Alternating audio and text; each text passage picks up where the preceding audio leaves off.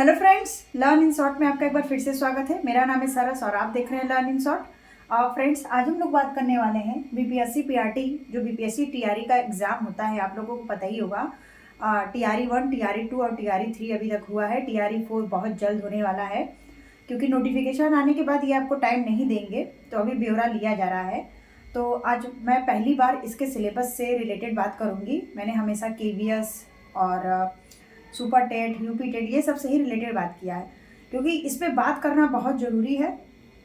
और इसका एक एग्ज़ाम मैंने भी दिया था, तो उसके एक्सपीरियंस में भी हम लोग बात करेंगे कि क्या इसका जो है पूरा प्रोसेस रहता है, और इसका एग्ज़ाम बाकी टीचर के एग्ज़ाम से बहुत ज़्यादा अलग रहता है।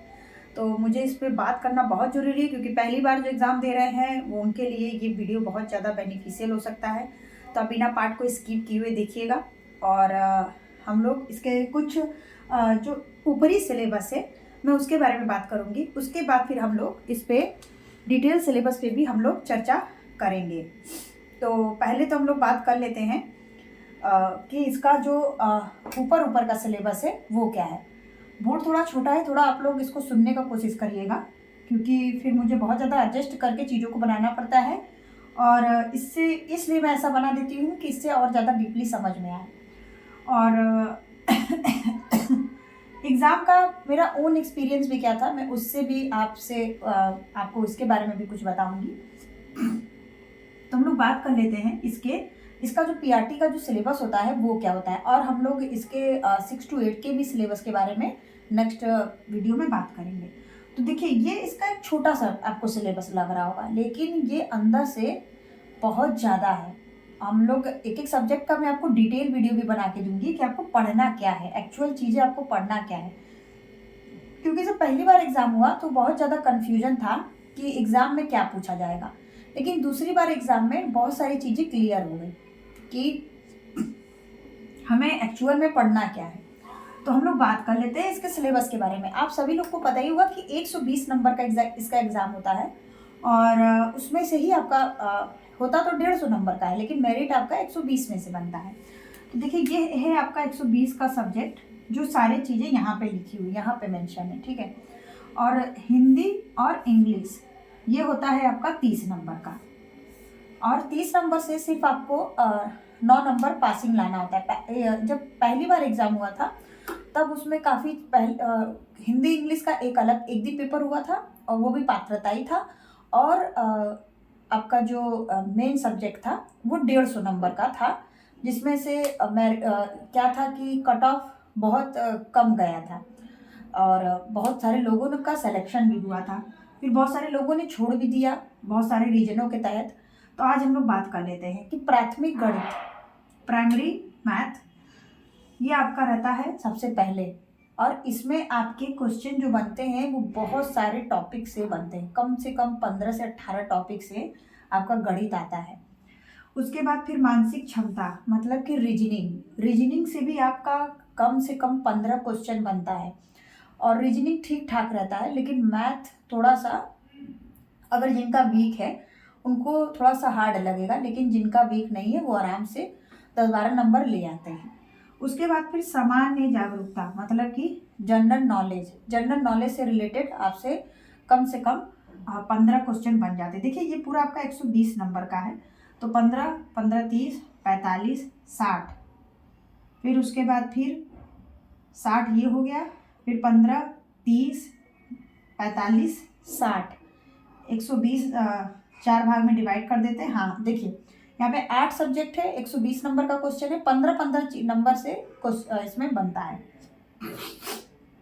उसके बाद आगे हम लोग बात कर लेते हैं सामान्य जागरूकता के बारे में। मैंने बताया, मतलब जनरल अवेयरनेस, जो आपका करंट अफेयर होता है। करंट अफेयर से ये लोग 15 से 16 क्वेश्चन पूछते हैं। कभी कभी ये होता क्या है कि किसी सब्जेक्ट में ज़्यादा पूछ लेते हैं, किसी सब्जेक्ट में कम पूछ लेते हैं। मतलब कभी कभी 20-20 नंबर का आपसे मैथ पूछ लेंगे, 18-18 नंबर का मैथ पूछ लेंगे। पेपर के इनके पैटर्न में बहुत अप एंड डाउन होता है। उसके बाद फिर सामान्य विज्ञान में आपको सामान्य विज्ञान में आपको केमिस्ट्री, फिजिक्स और बायो तीनों पढ़ना होता है। और उसके बाद फिर आ जाता है आपका सोशल साइंस, सामाजिक विषय से भी आपके क्वेश्चन बनते हैं। और मोस्ट इम्पॉर्टेंट है इसका INM, मतलब कि Indian national movement. Indian national movement से ये लोग बहुत ज़्यादा क्वेश्चन पूछते हैं। जो आपका ये पोर्शन है 60 नंबर का, उसमें से आपसे 20 नंबर का INM से ही क्वेश्चन पूछ लेता है, इंडियन नेशनल मूवमेंट से। उसके बाद फिर आपसे लगभग 20 नंबर के भूगोल के क्वेश्चन बन जाते हैं। फिर बचता है आपका 10-10 नंबर का EVS और सामाजिक विज्ञान से ये लोग क्वेश्चन फिर पूछते हैं। आपसे गणित से बहुत ज़्यादा क्वेश्चन पूछता है। मानसिक क्षमता से 15 से 16-17 क्वेश्चन बन जाता है। गणित में कभी कभी इन्होंने 20-20 नंबर भी लिया है, जो 2.0 था और 3.0 था, अगर आप उसका PY प्रीवियस ईयर उठा कर देखते हैं तो। उसके बाद फिर सामान्य जागरूकता मतलब करंट अफेयर, इसमें भी आपसे 15 से 16 क्वेश्चन इसमें से भी बन जाता है। विज्ञान से ये लोग करीब 20 नंबर आपका विज्ञान से बन जाता है।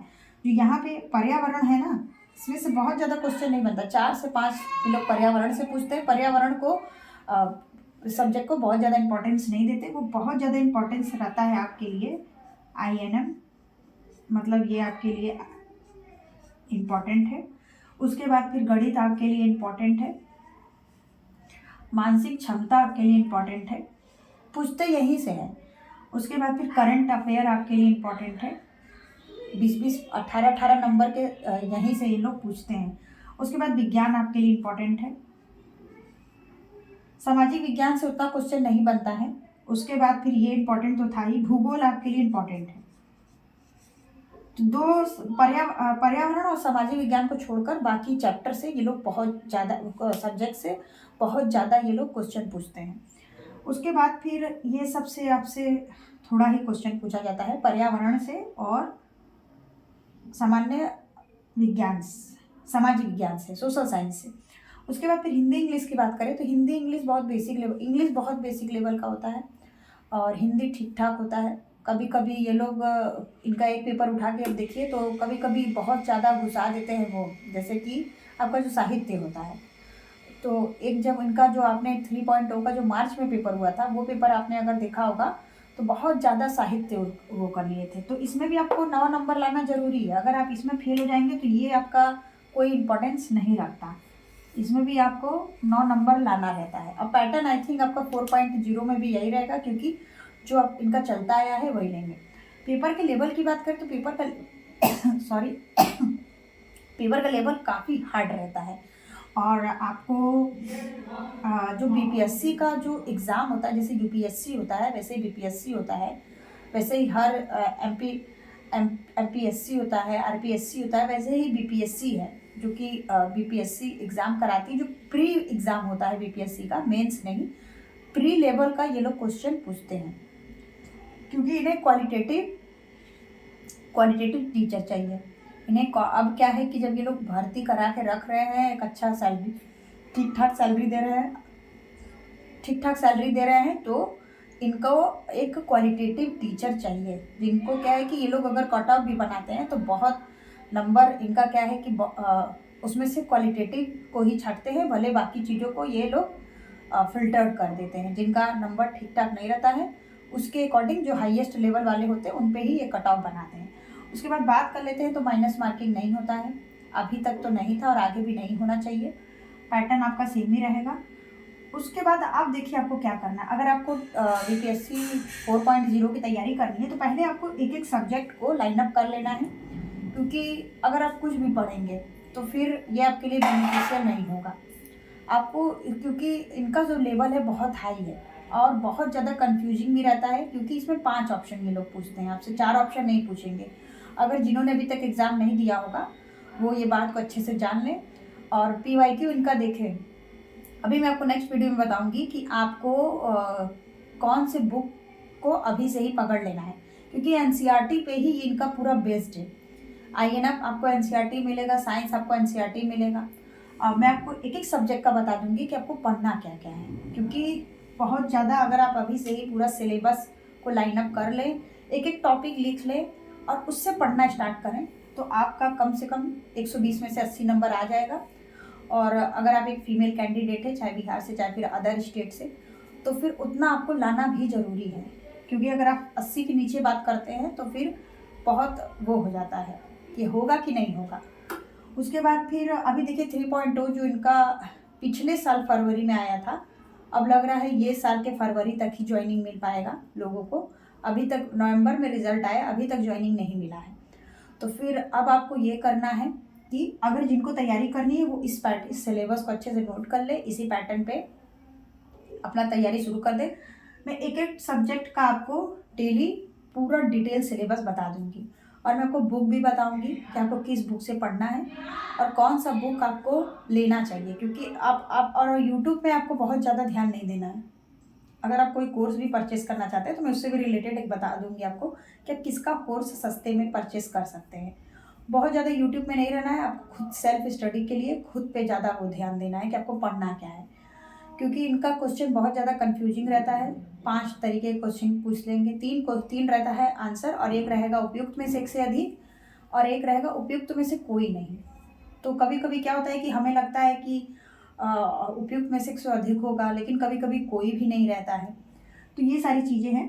तो आपको इसमें 9 नंबर और इसमें आपको कम से कम 80 नंबर लाना, 90 नंबर लाना ज़रूरी है। वैसे शायद इस बार पीआरटी की वैकेंसी बहुत ज़्यादा नहीं आएगी, लेकिन फिर भी 10-15 हज़ार तो ज़रूर आएगी, क्योंकि अभी बहुत सारे पद खाली हुए हैं।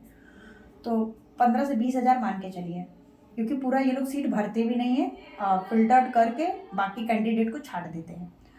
तो फ्रेंड्स, आई होप कि ये आपको समझ में आया होगा। अब हम लोग मिलेंगे नेक्स्ट वीडियो में। मैं आपको बुक बताऊंगी और आपको डिटेल सिलेबस बताऊंगी कि आपको पढ़ना क्या है, क्योंकि डिटेल सिलेबस आपको यूट्यूब में भी बहुत जगह नहीं देखने को मिलेगा। तो अभी से इसकी तैयारी पे लग जाइए। 2025 में आपको एक ये भी वैकेंसी अच्छा देखने को मिलेगा। और हम लोग नेक्स्ट टॉपिक पे भी बात करते हैं। इससे बुक इसका मैं आपको एक बहुत अच्छा PYQ बताऊंगी, उससे भी आप देख पढ़ सकते हैं और वो आप अभी से ले लीजिए, क्योंकि उससे बहुत सारे क्वेश्चन बनते हैं। तो फ्रेंड्स, इस वीडियो में इतना ही। मिलते हैं नेक्स्ट वीडियो में, तब तक के लिए बाय बाय। और आपका कोई भी क्वेश्चन हो तो आप कमेंट कर दीजिएगा, मैं आपको बता दूंगी। कोई भी आपका बात होगा तो ठीक है, तब तक के लिए बाय बाय।